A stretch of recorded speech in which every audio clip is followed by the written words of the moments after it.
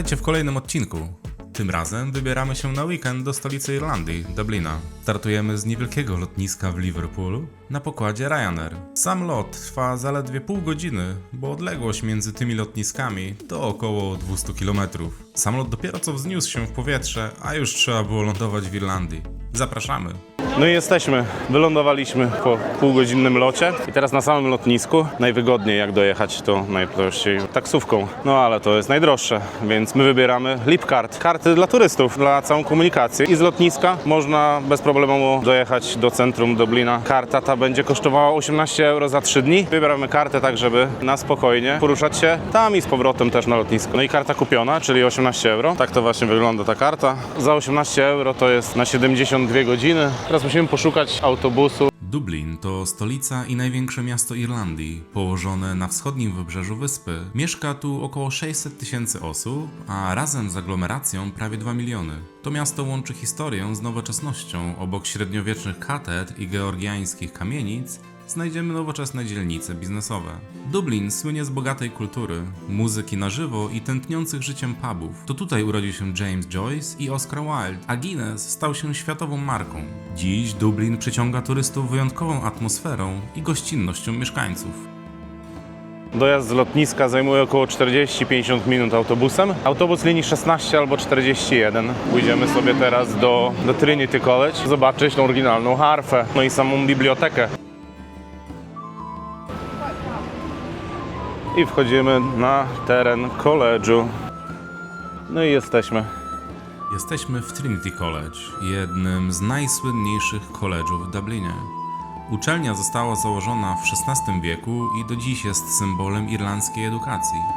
To tutaj znajduje się słynna biblioteka Long Room, jedna z najpiękniejszych na świecie, pełna zabytkowych ksiąg i wyjątkowego klimatu. Trinity College to obowiązkowy punkt na mapie miasta.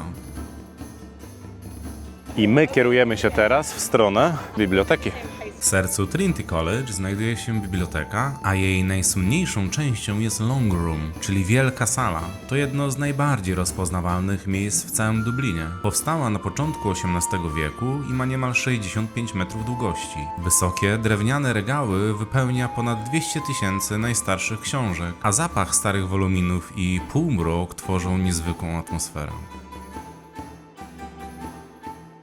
Po obu stronach sali stoją popiersia wybitnych filozofów i pisarzy, a w centralnym miejscu przechowywana jest też słynna harfa, narodowy symbol Irlandii.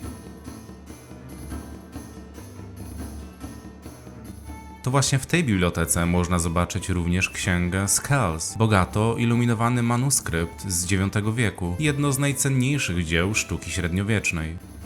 Long Room stał się inspiracją dla wielu twórców i często mówi się, że przypomina biblioteki z filmów o Harrym Potterze.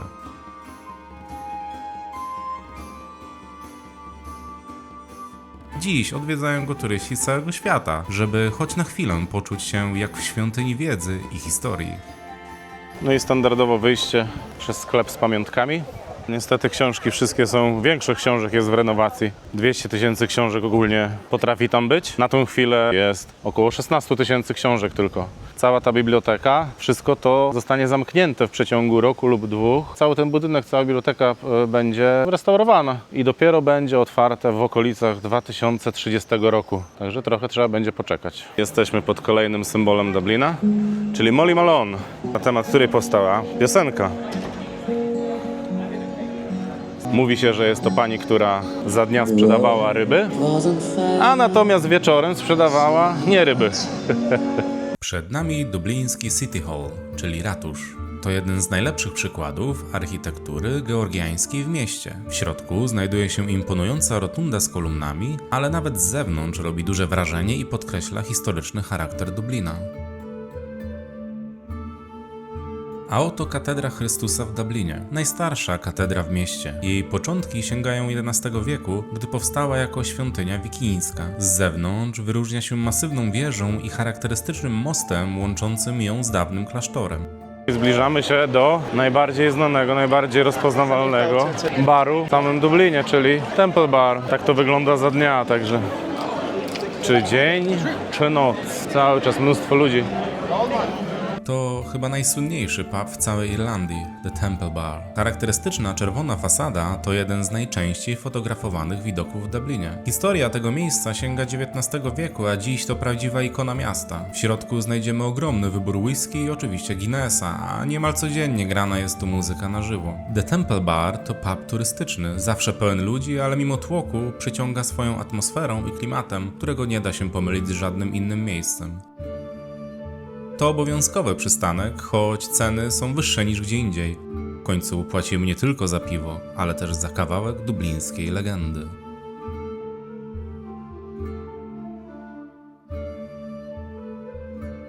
Zbliżamy się do następnej atrakcji, Guinness Storehouse, czyli cała produkcja Guinnessa, piwa Guinness, jak to od samego początku do samego końca wygląda.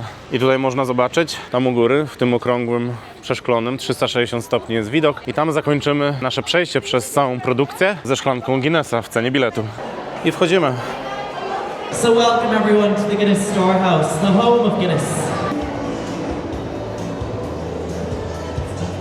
Zobaczmy, jak jest sprodukowany Guinness. Zwiedzanie prowadzi przez kilka pięter, gdzie krok po kroku poznajemy proces ważenia, od ziarna jęczmienia i chmielu, aż po charakterystyczny czarny napój z kremową pianką. Wszystko jest przygotowane tak, by nie tylko przekazać wiedzę, ale też wciągnąć odwiedzających w świat Guinnessa.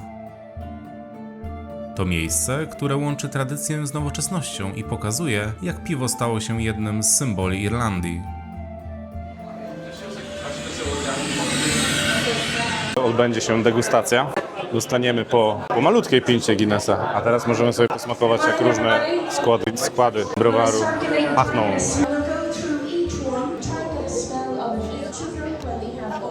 Is coming via this little eighth of a pint of cuteness.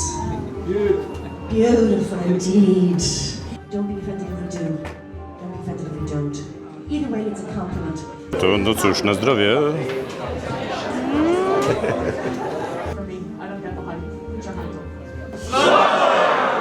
Jesteśmy właśnie w dodatkowej atrakcji, która kosztuje ekstra 8 euro, czyli drukowanie swojej podobizny na browarze. Tutaj pan robi zdjęcie, a potem zostanie to zdjęcie wydrukowane jakimś cudem, zobaczymy jak, na piance piwa. Okej? No i się drukuje. Proszę bardzo. Have you been taking a picture? O, Ah, okay, okay. No, we have pictures. i taka twarz. Proszę bardzo, jestem. Take any video or not just can we go No i jest taka pinta z wydrukowanym mną. No i efekt końcowy. Zdrowie.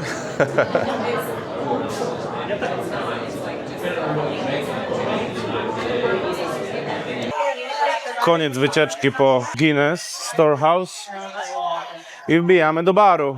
Wbijamy do baru, gdzie każdy bilet dostaje voucher, który można wykorzystać w tym barze. I bilet dorosły dostaje pinta Guinnessa, a bilet dla dziecka dostaje bezalkoholowy napój, czyli kolę, wodę, cokolwiek. I to jest właśnie bilecik, gdzie można wykorzystać tutaj w tym barze kolejny Guinness. Marta nie pije Guinnessa, Marta pije Lagera, ale też od Guinnessa. Ten browar to jest właśnie ostatni browar, który jest w cenie tego biletu, także żal nie wypić. Zdrowie.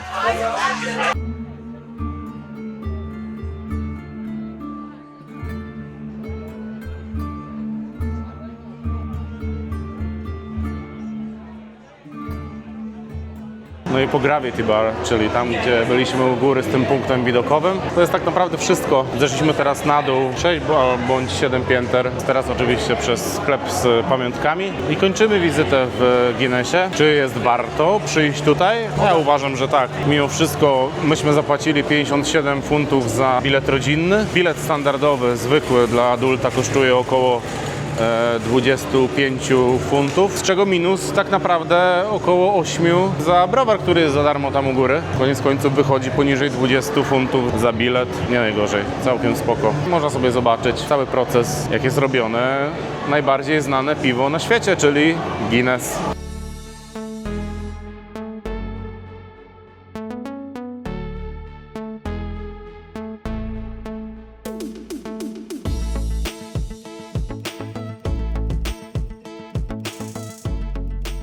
A teraz pójdziemy coś zjeść, miejmy nadzieję, że będzie otwarte, do miejsca, które było polecane przez innego youtubera, a mianowicie pana Roberta. Fiu, fiu, fiu, fiu, fiu, fiu. Ekstra. Pana Roberta Mokowicza, czyli Oshis. Otwarte jest. A czy są miejsca? To zaraz się okaże. Nie jest, okazało się, że mamy miejsce. Jakie to miejsce? Z ciekawości zobaczmy, jakie tutaj są ceny.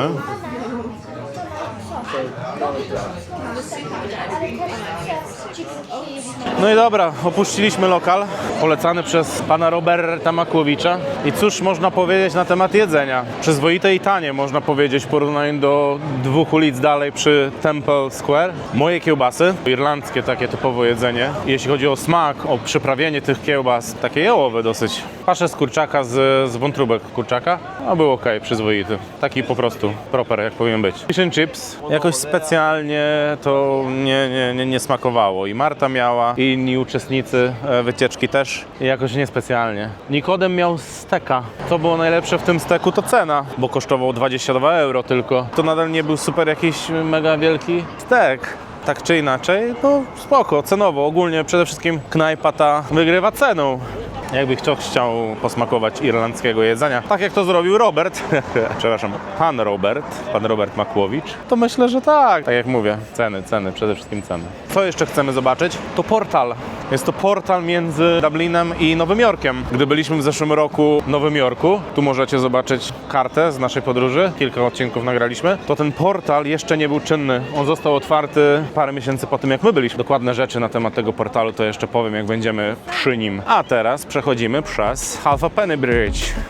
Most ten nazywa się Halfpenny Bridge, bo kiedyś, ileś set lat temu, za przejście tego mostu trzeba było zapłacić pół pensa i dlatego nazywa się właśnie most pół pensa. Jesteśmy pod szpicą. Stalowy monument ma 120 metrów wysokości i powstał na początku XXI wieku. Iglica widoczna jest z wielu punktów, dzięki czemu często nazywana jest po prostu igłą Dublina. Stanęła w miejscu, gdzie wcześniej był pomnik admirała Nelsona wysadzony przez Ira w 1966 roku. Dla wielu zastąpienie historycznego monumentu minimalistyczną stalową iglicą było bardzo kontrowersyjne. Dziś stała się jednym z najbardziej charakterystycznych punktów orientacyjnych stolicy Irlandii. I zaraz obok szpicy jest i portal, o którym mówiłem. I teraz dokończę tą historię, o co chodzi z tym portalem. W bodajże pierwszym tygodniu działania tego portalu został on wyłączony. Tylko i wyłącznie dlatego, że ktoś tutaj w Dublinie, pani przyszła, no i zrobiła topless, pokaz swojej górnej części ciała. A tak to wygląda, taki oto portal. Jest to połączenie na żywo z Nowym Jorkiem. Teraz jest godzina 20:30, czyli 5 godzin w plecy, czyli popołudnie. I z pewnym tam lagiem, ale jednak mamy połączenie z Nowym Jorkiem. Taka ciekawostka. Sam portal wygląda w ten sposób. Okrąg, monitor.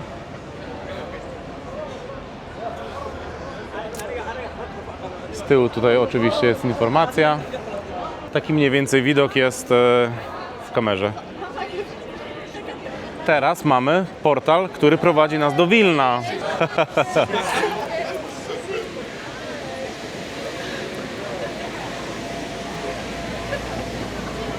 Czyli zmienia się. Ogólnie projekt powstał na początku w Polsce. Pierwszy portal powstał między Lublinem a Wilnem. I to właśnie teraz tam na portalu jest widok z Wilna. To nie byłem tego świadomy. Myślałem, że portal w Dublinie jest połączony tylko z portalem w Nowym Jorku. Ale jak widać zmieniają kamerę. No i jest. I właśnie pojawiła się też kamera. Yes, Lublin in Poland. Lublin in Poland, yes. Can I get in your video? Yeah, sure, why not? Hey. What's the video for? For YouTube. Just put minimalist traveling. It's a small channel, guys, but you will be on that video. Hey. That's the channel. Okay? Up the balls. Up the balls. Up the balls. Ej! Więc tak jak mówiłem, na początku portal ten powstał między Lublinem a Wilnem i właśnie teraz wyświetlał się Nowy Jork, Wilno, a teraz Lublin.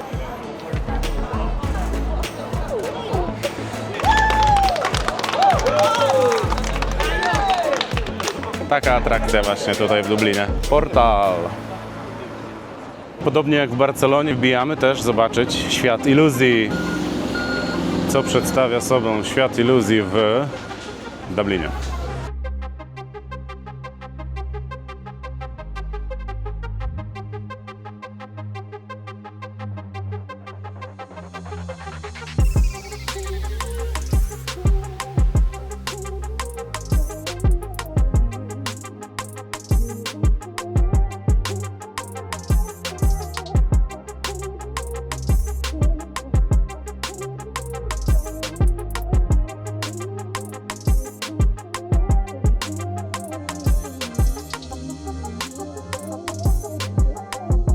Takie to Muzeum Iluzji w Dublinie tym razem. 25 euro, osoba dorosła, 14 dziecko. W porównaniu do Muzeum Iluzji w Barcelonie, podobnie, może mniej zorganizowane, ale no spoko. Jesteśmy teraz w parku St. Stephen's Green. Tu znajduje się popiersie pewnej pani Konstancji Markiewicz. Konstancja Markiewicz, bohaterka irlandzkiej niepodległości, brała udział w Powstaniu Wielkanocnym w 1916 roku i została pierwszą kobietą ministrem w rządzie Irlandii. Dziś jest symbolem walki o wolność i równouprawnienie.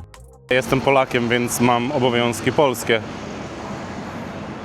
Będzie kebab jedzony. Mieszana, mieszana, pan. Co na kręciołku, wariacie?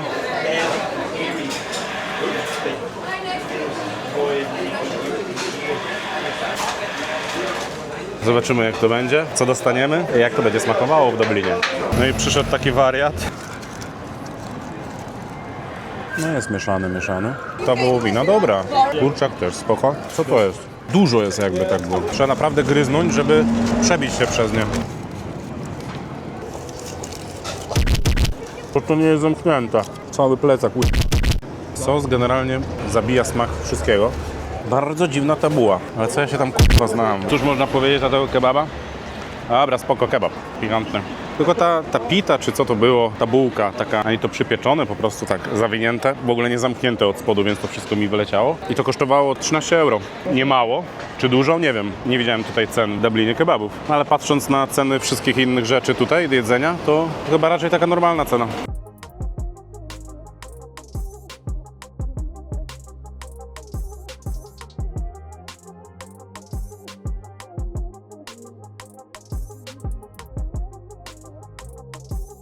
I tak to właśnie wygląda.